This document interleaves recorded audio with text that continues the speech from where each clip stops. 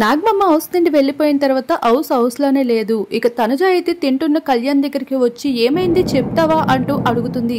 తనుజకి ignore చేస్తూ పవన్ కనిపించడాన్ని ఒక్కసారిగా ప్రియ shock అవుతుంది. ఇక తనుజ అక్కడి నుండి అలికి వెళ్ళిపోతుంది. ఇదంతా చూసి ప్రియ కాస్త ఆలోచిస్తుంది. ఇక వీళ్ళ మధ్యన ఏమై ఉంటుంది అంటూ తనలో తను అనుకుంటుంది. తనుజ మాత్రం చాలా కోపంగా అక్కడి నుండి వెళ్ళిపోవడం అయితే గమనించవచ్చు. తనుజని రీతు టార్గెట్ చేయాలనుకున్న విషయం తనుజకి టాస్క్ లో జరిగింది తెలిసిపోవడం వల్ల ఇప్పుడు తనుజ అయితే బాగా ఫీల్ అవుతుంది. రీతు నాతో ఇలా చేస్తుందని అస్సలు అనుకోలేదు, తనని ఒక ఫ్రెండ్ అనుకున్నా అంటూ లోపల చాలా బాధపడుతూ ఉంటుంది. ఇక అంతలోనే భరణి గారు అందరూ కూర్చొని ఉంటే అక్కడికి వెళ్ళి కూర్చొని తన టిఫిన్ అయితే తింటూ ఉంటుంది. అది చూసిన ఇమాన్యుయల్ తనని నవ్వించడానికి ట్రై చేస్తూ ఉంటాడు.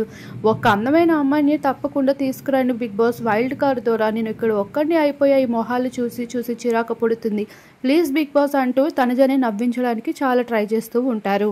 అయినా తనుజ మాత్రం చాలా డిప్రెస్డ్గా అయితే ఉందని చెప్పాలి రీతు విషయంలో.